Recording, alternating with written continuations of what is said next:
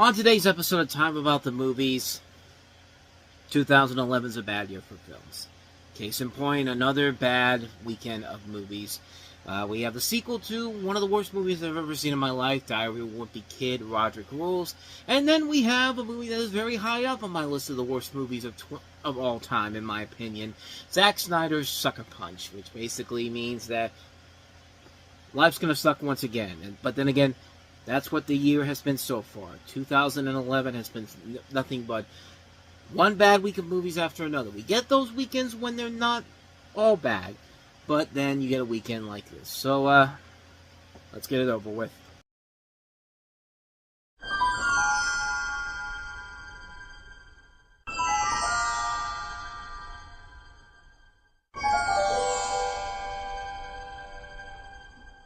Diary of a Wimpy Kid, Roderick Rules.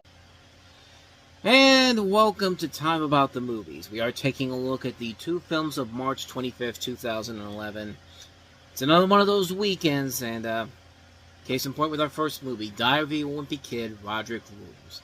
This is, of course, the second installment of the Diary of a Wimpy Kid series, following the first film, which, as I said before, is up there with one of the worst movies I've ever seen in my life. To the point where I've never watched any of the sequels. So this is my first exposure to the sequels. And we have the first one here, the first sequel of them, which follows a relationship between, once again, 7th grader Greg Heffley, played again by Zachary Gordon, and his titular older brother Roderick, played by Devin Bostic. We also have characters from the previous movie, including Greg's best friend Rowley, played by Robert Capron, Rachel Harris and Steve Zahn as the parents, and also Peyton List, who's later gone on to have a successful career on the CW, and was also in, what else was she in? She was in shows on the Disney Channel, Jessie, Bunked.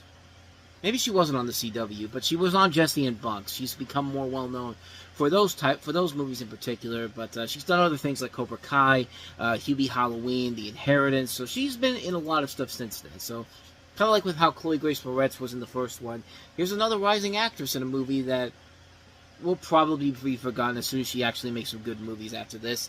Everyone will be better off after they start making these movies, because this one, I'll say this, it's not as bad as the last movie. It isn't as insultingly bad as the last movie. But it still isn't a good movie. It's a passable movie. For the fan base who loves these books, I think they'll get a kick out of it. I mean, it's not as terrible and as insulting as the first film is. You can tell the effort is being put in here this time around, because they actually have a decent director in David Bowers, whose previous works had included Flushed Away, and he also did Astro Boy, two very good movies in my opinion. And he would go on to continue directing the movies that would follow after this, so maybe there's a chance that these films could get better, but I'm not really putting my money on that in general. I would still say watch the animated movies more before you watch the live action films, but that's just my humble opinion on this. I mean, I like the books. I don't think the books overall work. I like the books for their design works with these character designs, with the like simplistic notebook paper elements. I like that they adapted that into the animated movies that went on Disney Plus. But as far as the live action films go, this one isn't as bad as the other one, but it still isn't a great movie overall. It's a movie that's clearly made for the target audience of the kids who love the books. I know people who love these books and will enjoy these movies no matter what. And this is one where I would say, yeah, I can't really blame you on that one. I mean, honestly, me saying that this is a terrible movie is like me saying Paw Patrol is a terrible movie, or even that Gabby's Dollhouse movie coming up is a terrible movie. It's clearly made for a target audience, and for the target audience, they're going to love it no matter what. So what am I supposed to say to that? Just in my personal opinion, though, better than the last one, but still not enough for me to recommend it overall. But, hey, I will gladly take it over the other movie that came out this weekend, and boy, I would rather watch Roderick Rules again before I even think about turning on Sucker Punch one more time. Sucker Punch. Experience it in IMAX. Yep, ladies and gentlemen, we have reached one of my top 3 worst movies that I have ever seen in my entire life. I've already done a full-on video talking about how much I fucking hate this movie. And it makes sense that Zack Snyder, after making what I think is arguably his best movie as a filmmaker, Legends of the Guardians, which was an animated movie, by the way, follows it up with his worst movie, and honestly, the title Sucker Punch couldn't have been more accurate because this sucks, and it feels like a punch in the gut when you watch it, because, yeah, it's about as bad as you get. So I'll try to sum this up, since I've already delved into this in greater detail in past videos, but this is Snyder's first movie based on an original concept in which Emily Browning stars as a young woman who's committed to a mental institution, and in order to cope, she envisages the asylum as a brothel and teams up with 4 dancers/prisoners to escape before she gets a lobotomy.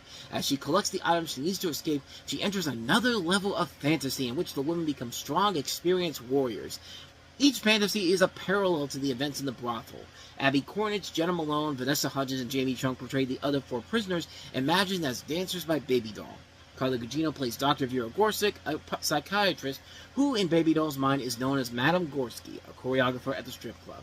Oscar Isaac plays Blue Jones, the asylum's orderly, which is in Baby Doll's mind, is the corrupt owner of the brothel. So, let's quickly sum this up, because I have talked about this many, many times before. Everything about this movie is awful.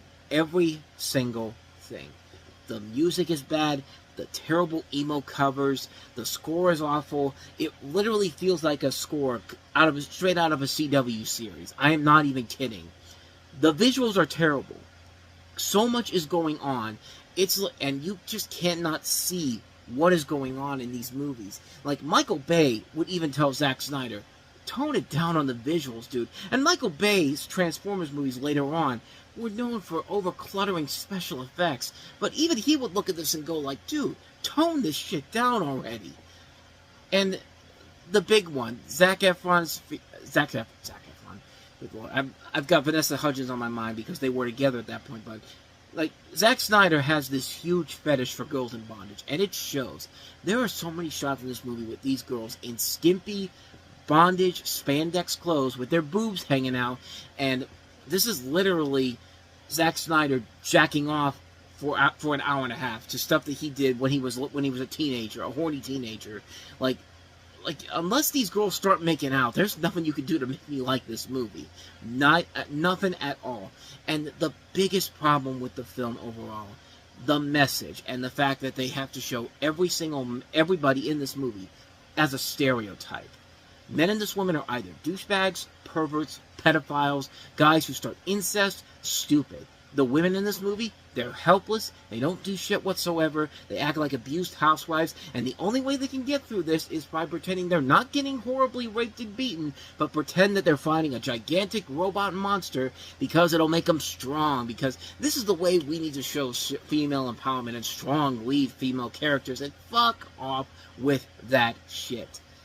This movie is everything that is wrong with films like this. Like, this movie is such a joke. It's such an insult to everything that is when it comes to writing good characters and writing characters that you either hate or want to get behind. You do not like anybody in this movie for any particular reason.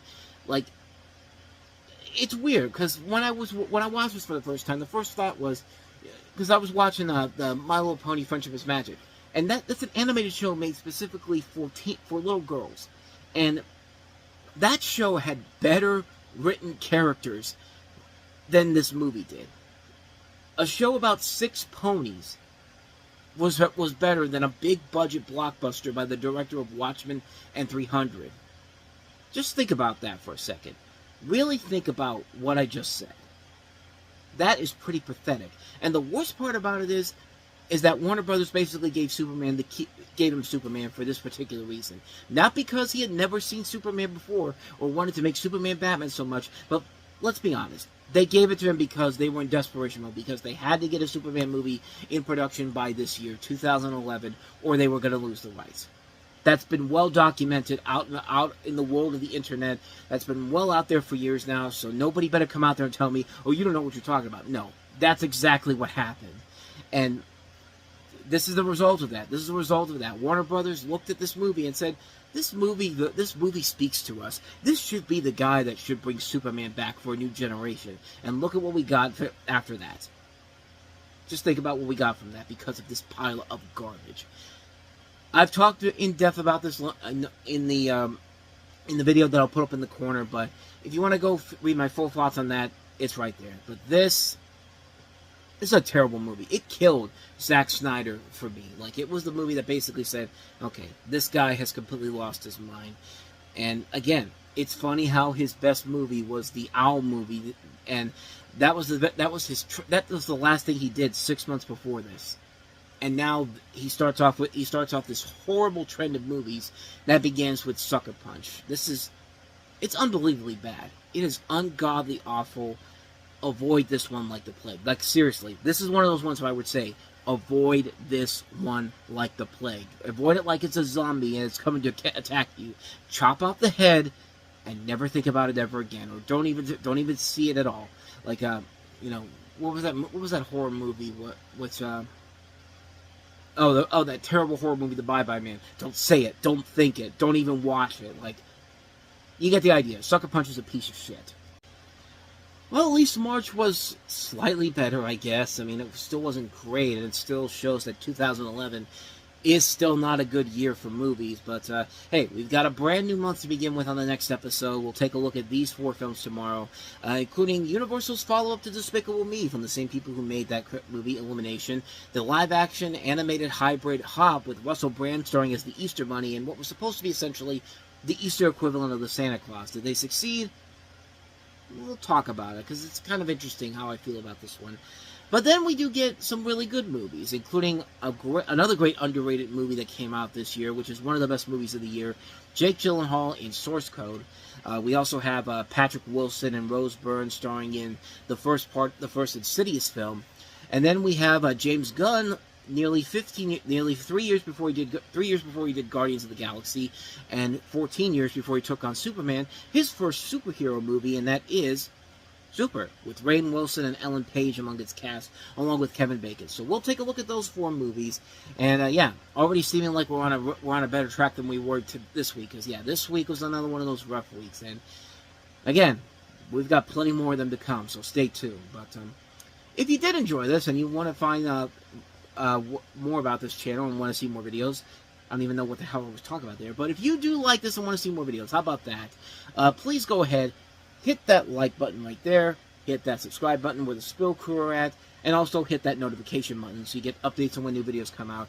And also don't forget to check out our playlist, and also don't forget to check out the last episode we did.